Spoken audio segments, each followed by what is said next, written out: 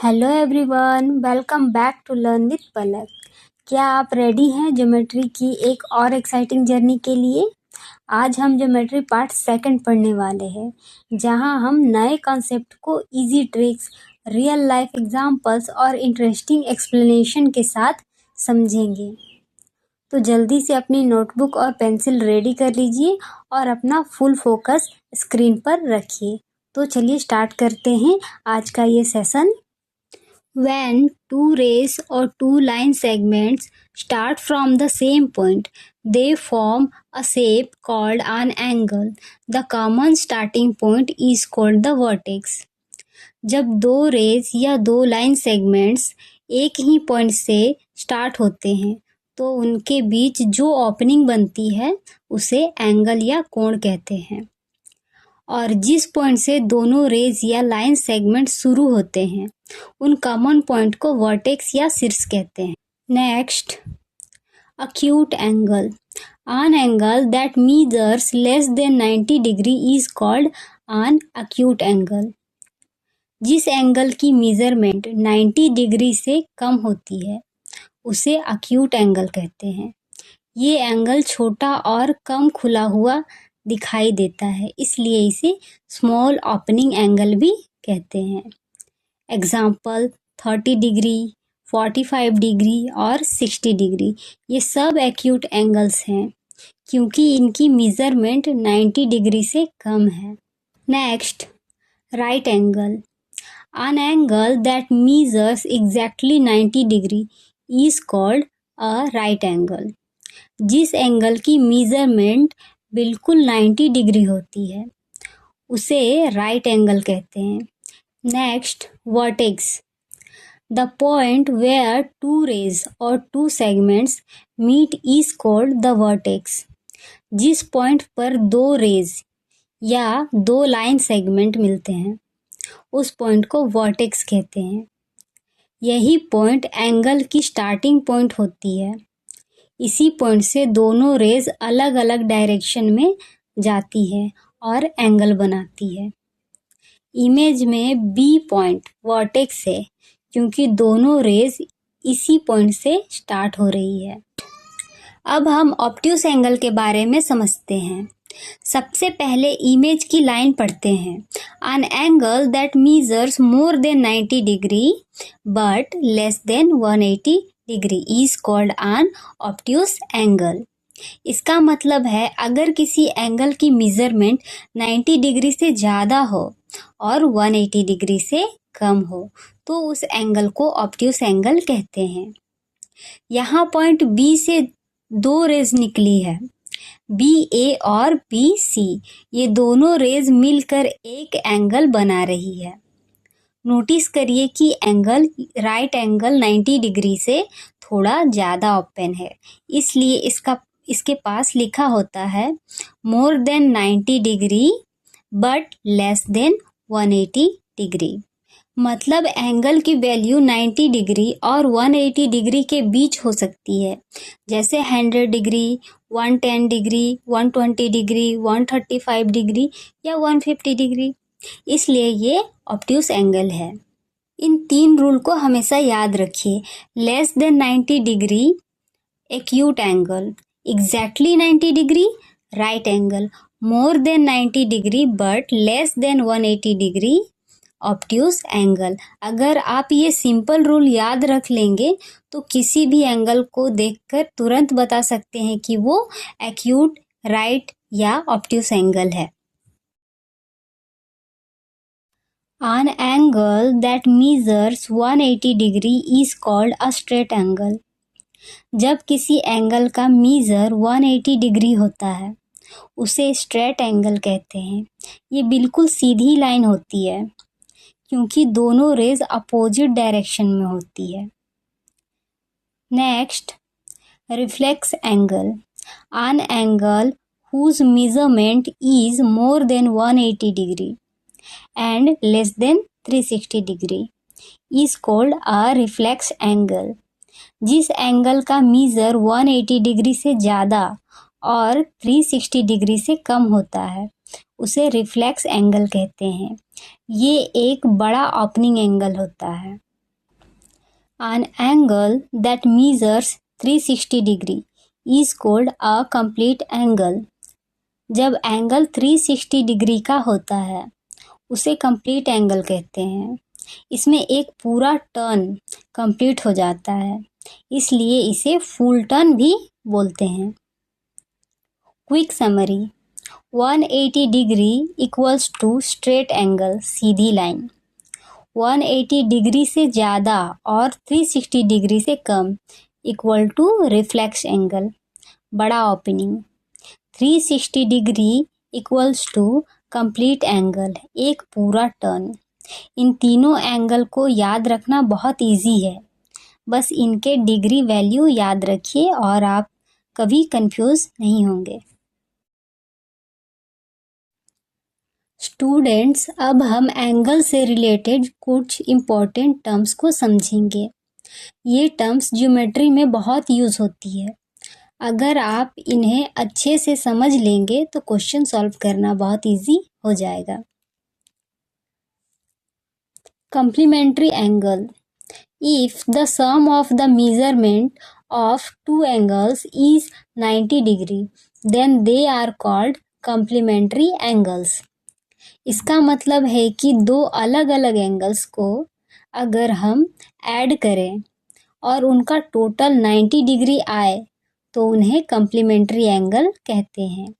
ध्यान दीजिए, ज़रूरी नहीं कि दोनों एंगल इक्वल हो, बस उनका सम 90 डिग्री होना चाहिए।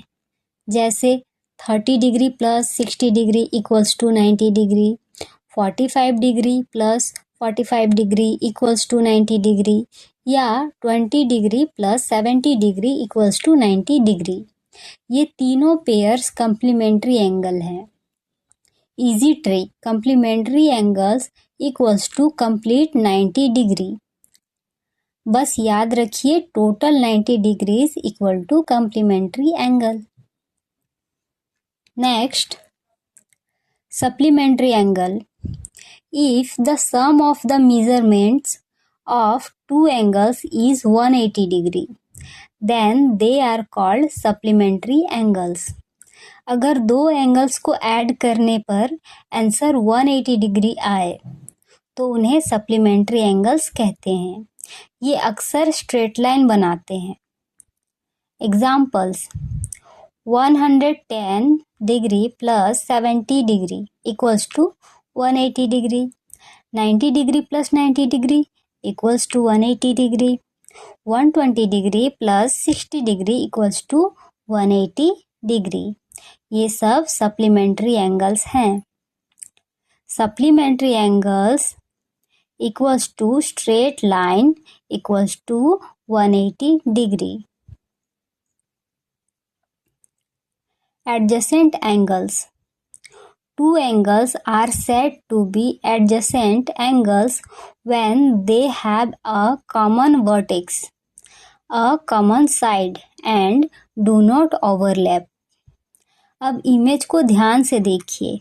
यहाँ O एक कॉमन वर्टेक्स है, OQ दोनों एंगल्स की कॉमन साइड्स हैं और एंगल POQ और एंगल QOR एक दूसरे के बिल्कुल पास बने हुए हैं। दोनों एक दूसरे के ऊपर नहीं आ रहे हैं, इसीलिए ये एडजेसेंट एंगल कहलाते हैं। कॉमन वर्टेक्स होना चाहिए, कॉमन साइड होना चाहिए, दोनों एंगल्स ओवरलैप नहीं करने चाहिए। एडजेसेंट एंगल का मतलब होता है side by side.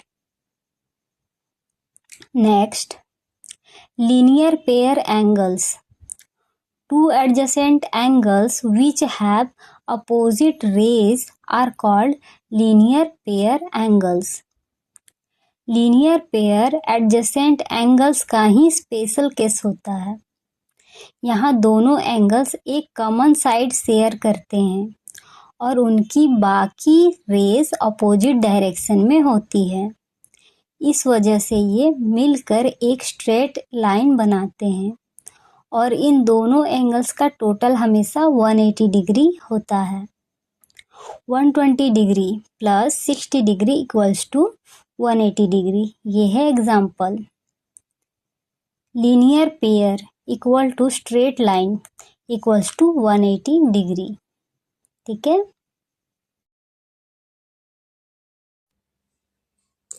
Next, vertically opposite angles. अब हम एंगल से रिलेटेड एक और इम्पोर्टेंट टर्म्स पढ़ने वाले हैं जिसका नाम है वर्टिकली अपोजिट एंगल्स। ये कंसेप्ट बहुत इजी है और एग्ज़ाम में भी अक्सर पूछा जाता है। When two lines intersect each other, then the opposite angles formed at the point of the intersection are called vertically opposite angles. इस डेफिनेशन को स्टेप बाय स्टेप समझते हैं। सबसे पहले इंटरसेक्ट का मतलब क्या होता है? इंटरसेक्ट का मतलब होता है जब दो लाइंस एक दूसरे को क्रॉस करती है। जहाँ दोनों लाइंस मिलती है उस पॉइंट को पॉइंट ऑफ इंटरसेक्शन कहते हैं।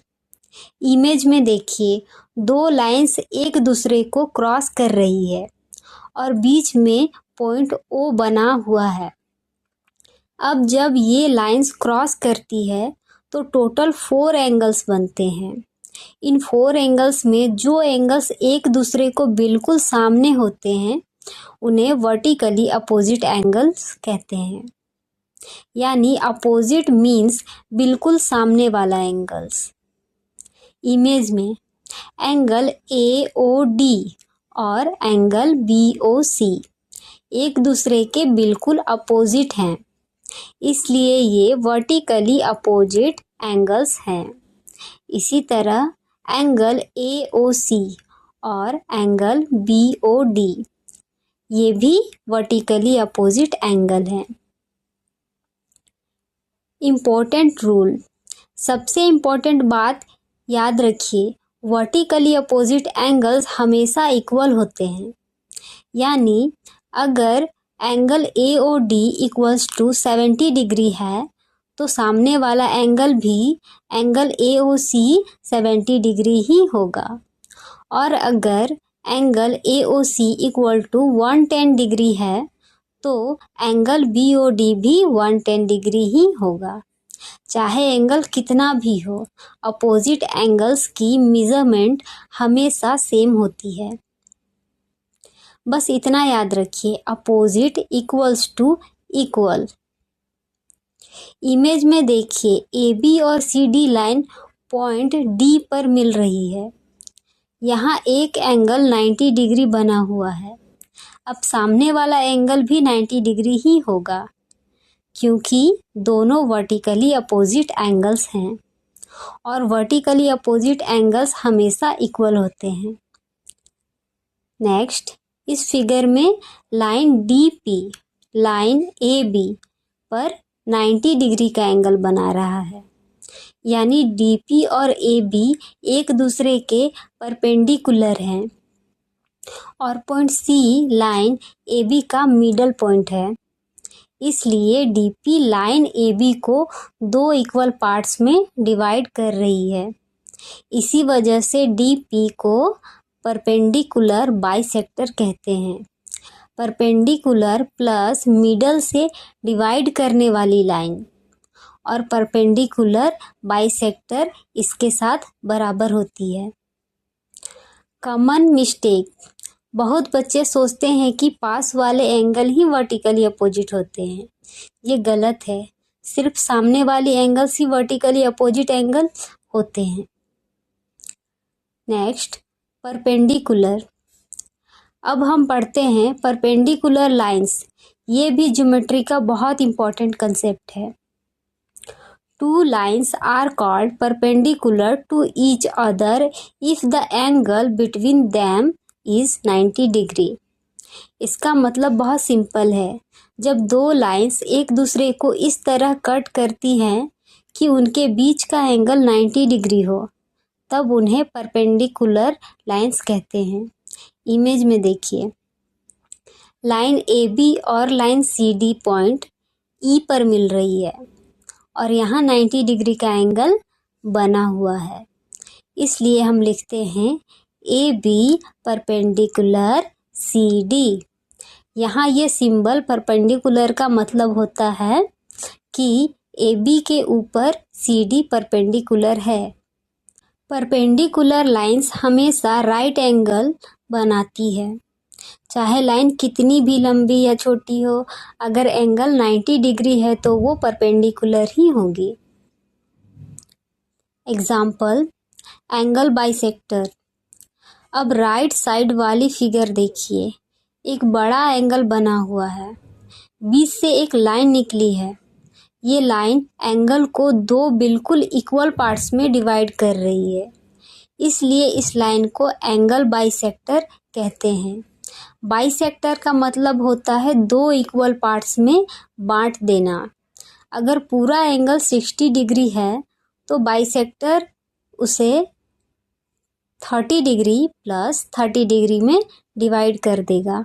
अगर एंगल 80 डिग्री है तो 40 डिग्री प्लस 40 डिग्री बन जाएगा, यानी दोनों पार्ट्स हमेशा इक्वल होंगे, बराबर। बच्चे अक्सर कंफ्यूज हो जाते हैं।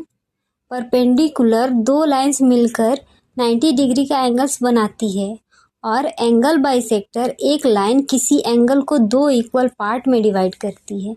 दोनों कंसेप्ट अलग है। Next, perpendicular bisector. If a line is perpendicular to a line segment and divides the line segment into two equal parts, then that line is called the perpendicular bisector. इस definition को step by step समझते हैं। मान लीजिए हमारे पास एक line segment BD है। अब एक दूसरी लाइन AC इस लाइन को कट करती है। अगर ये लाइन 90 डिग्री का एंगल बनाए और BD को दो इक्वल पार्ट्स में डिवाइड करे, तब AC को परपेंडिकुलर बाइसेक्टर कहेंगे। यानी दोनों कंडीशन जरूरी है। अगर सिर्फ 90 डिग्री बन रहा है लेकिन इक्वल पार्ट्स नहीं बने तो परपेंडिकुलर बाइसेक्टर नहीं होगा, और अगर इक्वल पार्ट्स बन रहे हैं लेकिन 90 डिग्री नहीं है तब भी परपेंडिकुलर बाइसेक्टर नहीं होगा। इमेज देखिए, वर्टिकल लाइंस AC और horizontal line BD point X पर मिल रहा है। यहाँ एक राइट एंगल बना हुआ है, साथ ही BX इक्वल्स टू XD, यानी लाइन सेगमेंट दो इक्वल पार्ट्स में डिवाइड हो गया है। इसलिए line AC line segment BD का परपेंडिकुलर बाइसेक्टर है। The perpendicular bisector of a line segment always passes through it's mid point at the right angle. इसका मतलब परपेंडिकुलर बाइसेक्टर हमेशा लाइन के मिडल पॉइंट से गुजरता है और 90 डिग्री का एंगल बनाता है। Next, angle bisector. If a line divides an angle into two equal parts, then that line is called an angle bisector. इसका सिंपल मतलब है, अगर कोई लाइन किसी एंगल को बिल्कुल दो बराबर हिस्सों में डिवाइड कर दे तो उस लाइन को एंगल बाइसेक्टर कहते हैं। यहाँ पॉइंट B से दो रेज निकली है, एक रेज BA, दूसरी BC। ये दोनों रेज मिलकर एक एंगल बना रही है। अब इन दोनों रेज के बीच से एक और रेज BD निकली है। ये रे एंगल के बिल्कुल बीच से जा रही है। इसने बड़े एंगल को दो इक्वल एंगल में डिवाइड कर दिया है। इसी वजह से BD को एंगल बाइसेक्टर कहा जाता है। सोचिए आपके पास एक पिज्ज़ा है। अगर आप पिज़्ज़ा को बीच से इस तरह काट देते हैं कि दोनों पीस बिल्कुल इक्वल हो जाए, तो आपने पिज़्ज़ा को दो इक्वल पार्ट्स में डिवाइड किया। बिल्कुल इसी तरह एंगल बाइसेक्टर भी एंगल को दो इक्वल पार्ट में डिवाइड करता है। अब BD पर दो पॉइंट लिया गया है, पॉइंट X और पॉइंट y। इन दोनों पॉइंट से एंगल की दोनों आर्म्स पर 90 डिग्री की परपेंडिकुलर लाइन ड्रॉ की गई है।